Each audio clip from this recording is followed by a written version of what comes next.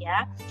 Terus nanti ada lagi yang dinamakan endospora. Jadi endospora itu cara hidup bakteri untuk mempertahankan dirinya atau si bakteri tersebut melawan keadaan lingkungan yang tidak menguntungkan untuk si bakteri tersebut. Jadi gini, jadi kan kalau bakteri itu ada yang bertahan pada suhu yang dingin, ada yang bertahan pada suhu pada saat panas kayak gitu. Jadi ketika suhunya itu dingin, padahal dia tuh sukanya di tempat panas, berarti nanti si endospora itu akan menyesuaikan. Jadi supaya bakteri itu tetap bisa hidup ya. Gitu, nih udah Burin paparkan semuanya, nanti bisa kalian baca sendiri ya. Jadi ketika nanti kalian tidak paham, bisa menanyakan lewat WA, WhatsApp, boleh lewat YouTube langsung juga boleh, terserah kalian ya. Nah, terus next ya, di sini sudah dipaparkan bakteri gram positif dan negatif itu yang ada pada si tubuh bakteri ya, seperti ion-ion gitu ya. Terus selanjutnya cara hidup bakteri. Jadi di sini ada autotrof dan heterotrof. Autotrof itu meliputi fotoautotrof. Foto itu artinya cahaya, berarti bakteri tersebut itu membuat makanannya dibantu oleh bantuan si cahaya seperti pada fotosintesis ya. Terus yang kedua ada bakteri kemoautotrof. Nah, di sini mereka membuat makanannya dibantu oleh reaksi kimia. Dan yang kedua ada heterotrof ya. Heterotrof itu nanti ada aerob, anaerob, ada saprofit, parasit, dan juga simbiosis mutualisme. Nah, ini cara hidup ini juga dipunyai sama bakteri ya. Bakteri mempunyai cara hidup heterotrof, saproba. Dia menguraikan organisme yang sudah mati. Contohnya ya, pada saat kalian lihat fermentasi si keju. Keju itu kan Lactobacillus casei. Dia menguraikan si bakteri tersebut supaya bisa menghasilkan si keju yang bisa dimanfaatkan oleh manusia kayak gitu ya. Itu sebagian contohnya. Nanti kalian juga bisa cari browsing sendiri contoh dari bakteri saproba itu apa.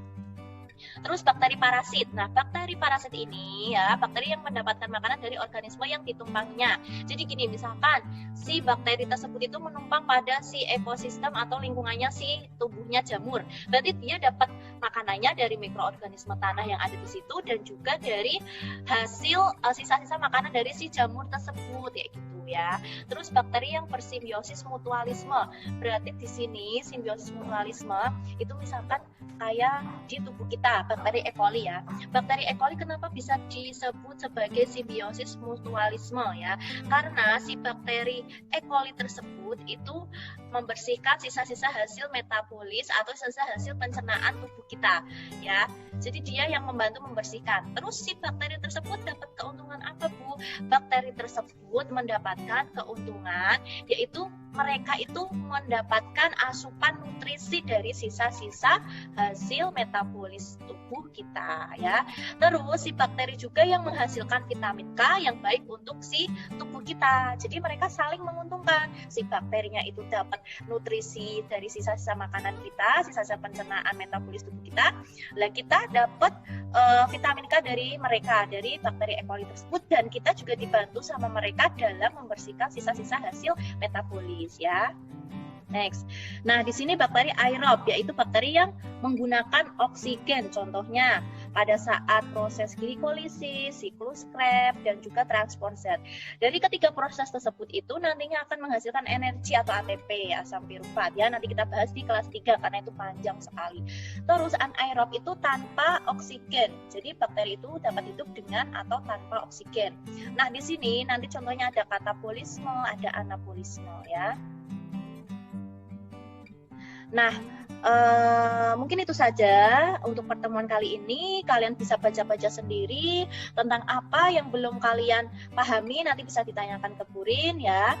Cukup sekian dulu sampai cara hidup. Jadi nanti kalian belajar dari mulai ciri-ciri, bentuk, tadi ada 3, terus ada struktur bakteri itu sangat banyak, kalian pelajari juga fungsinya ya, terus dan juga cara hidup. Jadi minggu depan nanti Burin berikan tugas dan juga kita lanjutkan reproduksi bakteri dan klasifikasi bakteri ya. Mungkin itu saja yang dapat Burin sampaikan. Ini kalian nanti baca sendiri lagi. Oh ya, satu lagi.